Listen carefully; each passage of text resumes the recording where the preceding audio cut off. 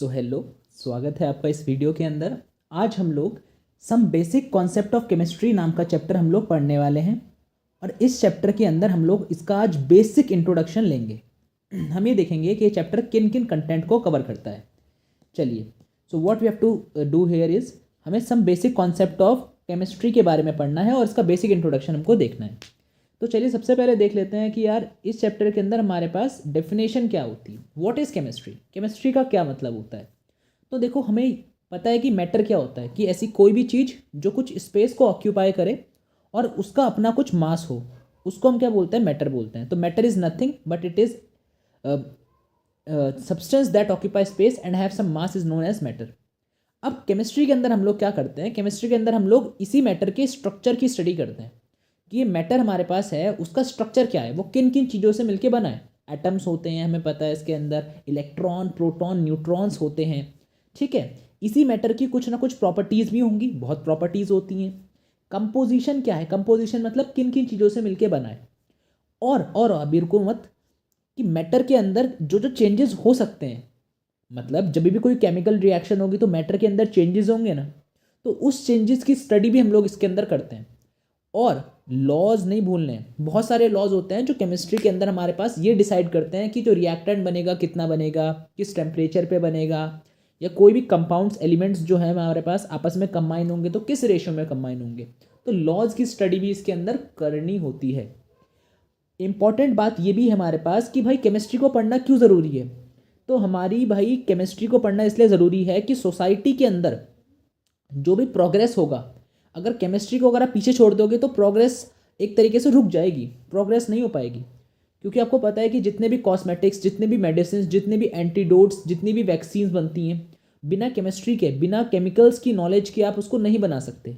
मतलब केमिस्ट्री का important role तो है डेली लाइफ में, इस बात को तो आपको मानना पड़ेगा।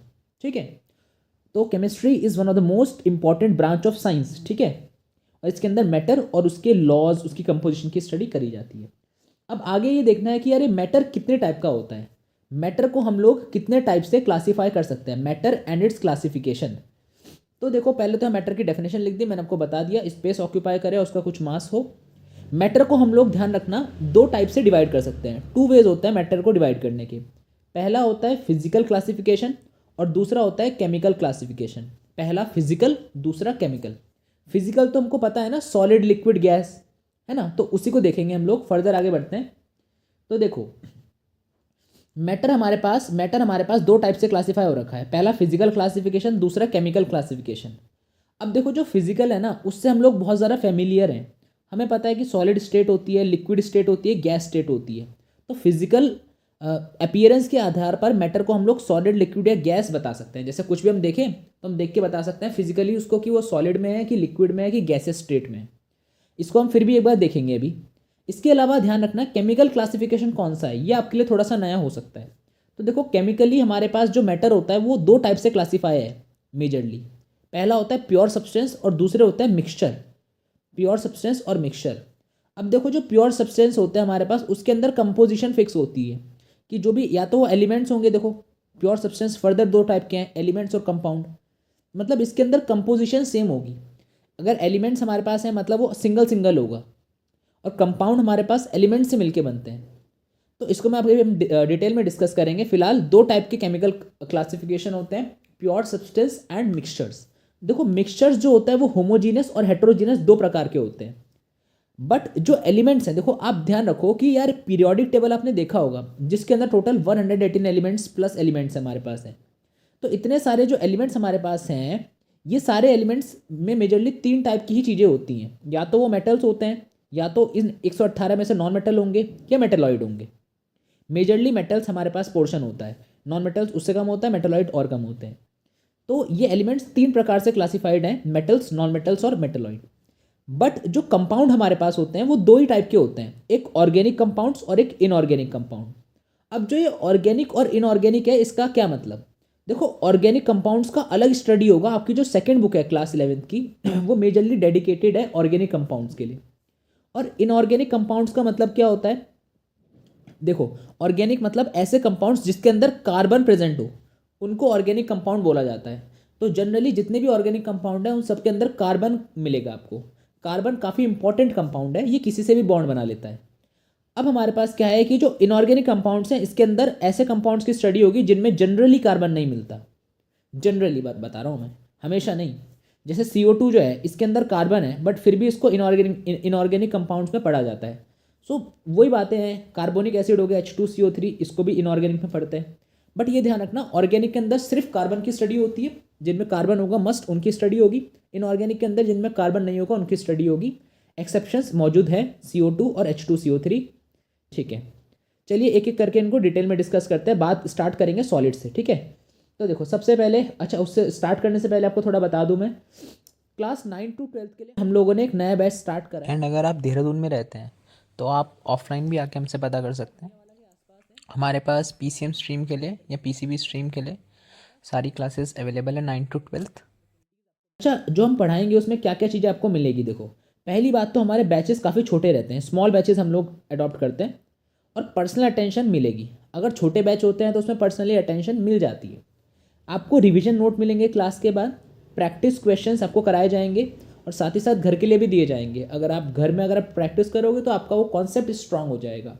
प्रीवियस ईयर क्वेश्चंस, अगर आप 10th और 12th में हैं तो प्रीवियस ईयर क्वेश्चन आपको मिलेंगे, और अगर आप 9th और 11th में हैं तो उस केस के अंदर भी हमारे पास क्या होगा, आपको डिफरेंट डिफरेंट स्कूल्स के क्वेश्चंस कराए जाएंगे, जिससे आपको हर एक एस्पेक्ट से आप उस कॉन्सेप्ट को अपनी पकड़ में रखो कि हर स्कूल में कैसे कैसे क्वेश्चंस आ रहे हैं।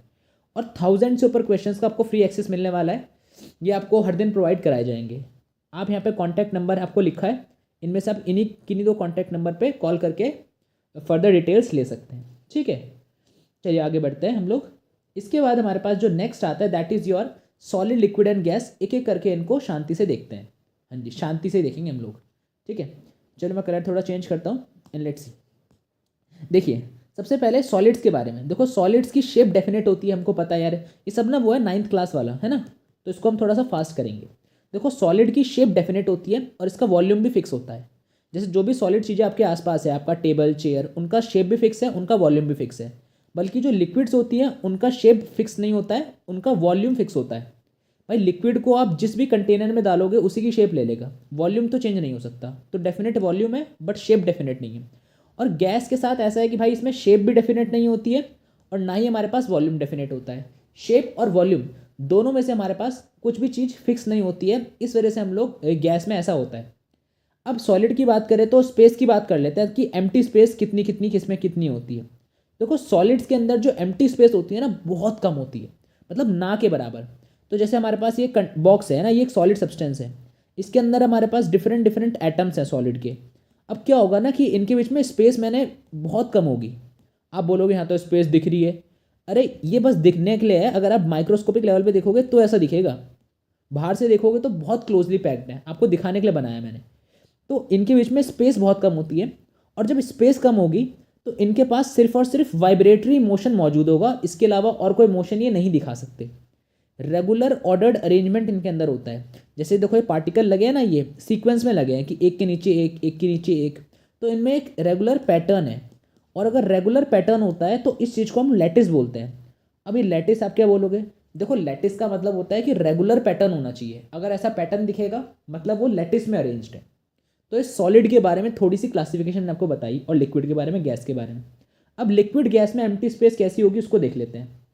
तो देखो जो लिक्विड के पार्टिकल्स हमारे पास होते हैं, लिक्विड के जो पार्टिकल्स होते हैं वो काफ़ी लूजली पैक्ड होते हैं, और इनके अंदर स्पेस जो होती है वो थोड़ी सी ज़्यादा होती है as compare to solid. Solid में तो काफ़ी पास पास थे, लिक्विड में थोड़े दूर होंगे। और गैस की बात करें तो गैस में तो इतने लूजली पैक्ड होते हैं कि हम बात करें सॉलिड और लिक्विड के कंपैरिजन में तो उनसे भी ज़्यादा स्पेस गैसेस के अंदर होती है। ज़रूरी बात, हमारे पास तीन ही स्टेट है, सॉलिड, लिक्विड, गैस। अब जो सॉलिड है हमारे पास, सॉलिड से हम लिक्विड में जा सकते हैं, इसको हम क्या बोलते हैं, मेल्टिंग बोलते हैं। लिक्विड से आप गैस में जा सकते हो इवेपोरेशन करा के। अब गैस से लिक्विड आ सकते हो वापस से कंडेंस करा के। लिक्विड से सॉलिड आ सकते हो आप लोग फ्रीज करा के। तो हमारे पास डिफरेंट डिफरेंट चीज़ें होती हैं, अलग अलग टाइप से हम लोग क्या कर सकते हैं यहाँ पे इनको कन्वर्ट कर सकते हैं। तो इंटर कन्वर्टिबल होती हैं तीनों चीज़ें हमारे पास। इसके बाद बात करें तो देखो ये टेबल आपके पास यहाँ दे रखा है, इसको आप इजीली देख सकते हो कि सॉलिड के अंदर शेप फिक्स होती है, वॉल्यूम, मास और क्लोज हमारे पास क्लोजली पैक्ड हमारे पास ये चीज़ें होती हैं। तो ये देखना आप यहाँ पे तो शेप डेफिनेट नहीं होती लिक्विड के अंदर, वॉल्यूम, मास और पार्टिकल्स काफ़ी क्लोज होते हैं। गैस में शेप फिक्स नहीं होती है, वॉल्यूम फिक्स नहीं होता है, बट मास और पार्टिकल्स तो काफ़ी ज़्यादा दूर होते हैं। अच्छा, काइनेटिक एनर्जी का एक पॉइंट है, इसको बता देता हूँ, थोड़ा सा समझने का ट्राई करना। देखो, काइनेटिक एनर्जी का जो फॉर्मूला होता है वो होता है half M V square. Half M V square मतलब जिसके पास वेलोसिटी है उसके पास काइनेटिक एनर्जी है। तो क्योंकि सॉलिड के अंदर तो पार्टिकल्स मूव नहीं कर सकते, सिर्फ वाइब्रेट कर सकते हैं, तो वेलोसिटी नेग्लिजिबल होती है, ना के बराबर होती है। तो अगर वेलोसिटी नहीं है सॉलिड के अंदर, पार्टिकल नहीं हिल सकता, मतलब उसमें कुछ काइनेटिक एनर्जी भी नहीं होगी। लिक्विड के अंदर पार्टिकल्स मूव कर सकते हैं, मतलब उनके पास कुछ ना कुछ वेलोसिटी होगी, तो काइनेटिक एनर्जी भी होगी। और गैस के अंदर भी पार्टिकल मूव कर सकते हैं, तो काइनेटिक एनर्जी इनमें भी होगी, ज़्यादा सॉलिड में नहीं होगी। आगे बात करते हैं। अब देखो, केमिकल क्लासिफिकेशन की बात आई। केमिकली दो टाइप से क्लासिफाइड है, एलिमेंट्स और कंपाउंड्स, दो टाइप के होते हैं। तो देखो, जितने भी प्योर सब्सटेंस हमारे पास होते हैं, प्योर सब्सटेंस और मिक्सचर्स, तो प्योर सब्सटेंस हमारे पास जो होते हैं बेसिकली वो सिंगल टाइप ऑफ पार्टिकल से मिलके बने रहते हैं। कोई आपसे पूछे कि प्योर सब्सटेंस क्या है, तो ऐसे सब्सटेंस जो एक ही टाइप के पार्टिकल से मिलके बने होते हैं उनको प्योर सब्सटेंस बोलते हैं। इनकी कंपोजिशन भी फिक्स होती है। एग्जाम्पल जैसे copper, silver, gold, water, glucose, ये सारे के सारे प्योर सब्सटेंस हैं, क्योंकि ये एक ही टाइप के पार्टिकल से मिलके बने हैं और इनकी कंपोजिशन भी फिक्स्ड है। मतलब एक अगर हम यहाँ पे ग्लूकोज लेके आए तो ग्लूकोज के अंदर हमारे पास carbon, hydrogen, oxygen same amount में प्रेजेंट होंगे हर जगह पर। अब ये जो प्योर सब्सटेंस की मैं बात कर रहा हूँ, ये प्योर सब्सटेंस दो टाइप से क्लासिफाइड है, एलिमेंट्स और मिक्स कंपाउंड्स की फॉर्म में। अब जो एलिमेंट होता है वो क्या होता है? एलिमेंट किसी भी प्योर सब्सटेंस की सबसे सिंपलेस्ट फॉर्म होती है। मैंने बताया था ना, पीरियोडिक टेबल में 118 एलिमेंट है, ये सारे के सारे एलिमेंट्स होते हैं हमारे पास। तो ये सबसे सिंपल फॉर्म है किसी भी प्योर सब्सटेंस की, मतलब इससे सिंपल नहीं हो सकता। आप ऐसा नहीं कर सकते कि आपने एलिमेंट्स के अंदर भी अपने खोद निकाला कुछ नई चीज़, ऐसा नहीं है। सबसे सिंपल जो होगा वो एलिमेंट होगा। इसको आप डिकम्पोज नहीं कर सकते और ना ही दोबारा से बना सकते हो। मतलब ये पहले से आपको नेचर में मिलेंगे, आप इनको बना नहीं सकते डायरेक्टली, और एक तरीके से आप उसे डिकम्पोज नहीं कर सकते, तोड़ नहीं सकते एक तरीके से, जिससे कि वो और सिंपलर सब्सटेंस बन पाए, मतलब सिंपलर नहीं बन सकते। बाकी टूटने को तो रेडियो एक्टिविटी में टूट सकते हैं वो। अब देखो, जो एलिमेंट्स हमारे पास होते हैं वो तीन टाइप के होते हैं, मेटल्स, नॉन मेटल्स और मेटलॉइड। मैंने बताया था आपको, ये तीन प्रकार के होते हैं। अब जो कंपाउंड्स हमने पढ़ने हैं, कंपाउंड्स दो टाइप के होते हैं, एक तो ऑर्गेनिक और एक इनऑर्गेनिक। बट कंपाउंड्स होते क्या हैं? देखो, कंपाउंड्स एक ऐसे प्योर सब्सटेंस होते हैं जिनमें एलिमेंट एक से ज़्यादा हों। जैसे अगर मैं एग्जांपल दूँ, देखो वाटर हो गया, वाटर एक कंपाउंड है। क्यों? देखो, वाटर जो है वो हाइड्रोजन और ऑक्सीजन के मिलके बना है। इसमें हाइड्रोजन के तो 2 एटम है, ऑक्सीजन का 1 एटम है। तो एक तरीके से हमारे पास ये जो है ना, ये एक कंपाउंड कहलाएगा, क्योंकि इसमें एलिमेंट्स जो हैं वो फिक्स रेशियो में कंबाइन हो रहे हैं, जैसे 2:1 में कंबाइन हो रहे हैं। ये इनका तो एलिमेंट्स का रेशियो हो गया। अगर मास रेशियो की बात करो, देखो हाइड्रोजन का मास 2 होता है, 2 हाइड्रोजन है ना, तो मास 2 हो गया, और ऑक्सीजन का मास होता है 16।